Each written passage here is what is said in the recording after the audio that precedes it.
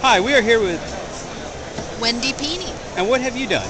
What have I done? Yeah. I've done a lot of bad things in my life, and Oh, we've all done bad things. No, I am the creator or co-creator of ElfQuest, and my current project is Mask of the Red Death. And what is Mask of the Red Death? Mask of the Red Death is an adaptation of the Edgar Allan Poe story of the same name. It is a webcomic that's been running for about 3 years, and what makes it different from all other webcomics is it goes up weekly as an animated, flash animated episode. That's nice. So it's very cool.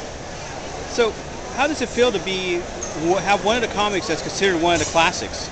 ElfQuest is considered a classic, and of course we're very, very proud of that. Did you ever expect it to be a classic when you... No, nobody ever goes into creating something anticipating what's going to happen to it. They just do it because they love it. Well, next to Teenage Mutant Ninja Turtles, ElfQuest is about the only title you still hear about. I guess so. You know, we've always kept it in the public eye in one way or another, and right now you can read everything we've ever published online for free. Oh, that was our present to the fans. I feel sorry now. I had to pay for that. I got them in magazine size, the collected color books. Some people prefer to hold them in their hands. I love it. I love holding the comics. There's nothing like the 4 pages, just the smell of the comic.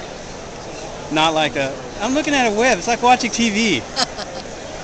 So, is ElfQuest going to become an animated series? Yes, ElfQuest is currently with Warner Brothers, and the stage we're at now is the first draft of the screenplay is done.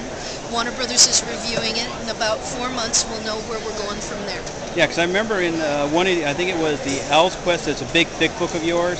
Oh, listen, don't even say it. ElfQuest has been optioned every year for 30 years. You're kidding. It's no, what I'm saying is we've had many options and we've gotten to the altar but never quite gotten married. Yeah, like I said, I got one of your old books where it actually has the model sheets and everything in it too. Sure, but this year is looking really good. So, how do you feel about the ElfQuest being in color to black and white? How did you feel about that? Well, that was our decision.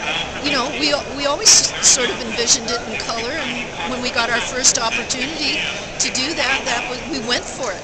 How about toy forms and the toy styles? Well, ElfQuest has been adapted into role-playing miniatures and toys. You know, there's been a line of toys that came out. Yeah. And so there's been a number of 3D representations of ElfQuest, and we've enjoyed it all. What was your favorite out of all the 3D representations? I think I enjoyed the action figures the most. There were some really nice likenesses of the characters. Too bad the line only had 4 figures in it. Well, the company folded after 4 figures, so... Has that been opted for other lines? Warner Brothers now has all the rights. Will they carry the Wendy Pini look, or will they carry the Warner Brothers look? It's got to be ElfQuest. You know how when they get a hold of something, like Turtles, for example, it didn't have that Eastman and Laird look when they were animated? Yes, and that was Kevin and Pete's decision to go with that direction for the characters. When our characters are adapted for the screen, there are going to be some changes, of course, but you know, that's all part of moving into the larger media. It makes it so they can animate them simpler. Of course. So, do you have anything to say to any of the fans out there about how, if they want to get into comic books, how would they start? No, I don't have anything to say now because it's a completely different business than it was when we got started. How so? Oh my gosh, when we got started, the field was wide open. Very little competition. We sold out our first run of comics, just in a matter of days. That could never happen now. There is so much to compete with on the stands nowadays that... So how many printings, before we sign off, is ElfQuest #1 had?